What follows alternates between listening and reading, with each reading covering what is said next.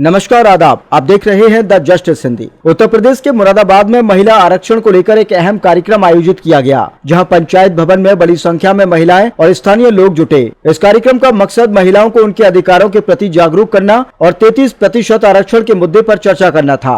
मंच पर सरकार की उपलब्धियों को गिनाया जा रहा था और महिलाओं को सशक्त बनाने की बात कही जा रही थी। इसी कार्यक्रम में मुख्य अतिथि के रूप में पहुंची थी यूपी सरकार की राज्य मंत्री गुलाब देवी। उन्होंने अपने संबोधन की शुरुआत जीवन के मूल्यों और समय की अहमियत पर बात करते हुए की। उन्होंने कहा कि जिंदगी का हर पल बहुत कीमती है। इंसान को अपने कर्म अच्छे रखने चाहिए और ऐसा जीवन जीना चाहिए कि लोग उसे याद रखें। उन्होंने महिलाओं से अपील की है कि वे सकारात्मक सोच रखें, अपने चरित्र को मजबूत बनाएं और समय की कद्र करें, क्योंकि बीता हुआ समय कभी वापस नहीं आता। अपने भाषण के दौरान उन्होंने धीरे धीरे राजनीतिक संदर्भ जोड़ते हुए आने वाले 2027 के चुनाव का जिक्र किया। उन्होंने कहा कि 2027 के चुनाव आ रहे हैं और चुनाव के समय विपक्ष के लोग आपके परिवार और जाति बिरादरी का बनकर आएंगे और आपको बहकाने की कोशिश करेंगे, लेकिन आपको सोच समझकर फैसला लेना होगा। यहीं पर उन्होंने कहा कि उस मुखिया को मत भूलना जिसने पंचायत से लेकर विधानसभा और लोकसभा तक महिलाओं को 33% का अधिकार दिया है। इसी बात को आगे बढ़ाते हुए गुलाब देवी ने कहा, अगर ऐसे मुखिया यानी नरेंद्र मोदी को लोग भूल जाएंगे तो नर्क में भी जगह नहीं मिलेगी। स्वर्ग की तो बात ही छोड़ दीजिए।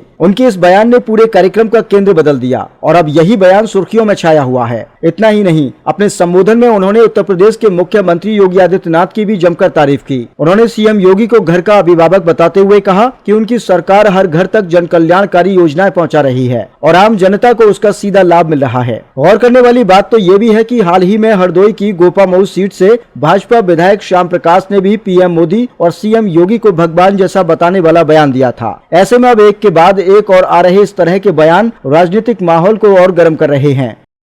हर क्षण अंतिम होता है, पता नहीं है, क्योंकि ये हवा पे चल रहा है ना सारा मामला। कोई इसमें लोहा सोना चांदी तो लगा नहीं है जीवन में। क्या है? हवा की सांस आई, ये नहीं आई। तो जब तक ये सांस आ रही है तब तक ऐसा काम करो कि लोग तुम्हें पहचाने, आपका इतिहास बने। अब आ रहे हैं 2027 के चुनाव, और भी चुनाव आ रहे हैं। लोग आपके परिवार के बंधन के आएंगे, विपक्ष के लोग आपके बिरादरी के जाति के रिश्तेदार बंधन के आएंगे, विपक्ष के लोग, और दुनिया भर बहकाने की बातें आपको करेंगे। लेकिन आपको उस मुखिया को नहीं भूलना चाहिए जिसने पंचायत से लेके विधानसभा से लेके लोकसभा तक आपको 33% का अधिकार दिया है कि आप बैठ के ऐसे मुखिया को भी आप भूल जाएंगे तो कहीं ठिकाना नहीं लगेगा, नरक में भी ठिकाना नहीं मिलेगा, स्वर्ग की तो बात ही छोड़ेगा। उस मुखिया को मत भूलिए जो प्रदेश में अभिभावक के रूप में, घर के मुखिया के रूप में हर प्रकार की आवश्यकताओं को वो पूरा कर रहे हैं। चाहे किसी भी जीवन से संबंधित कोई भी चीज देख लीजिए, हर घर में कोई ना कोई ऐसा परिवार मिलेगा जो हमारी कल्याणकारी योजनाओं से संबंधित हो।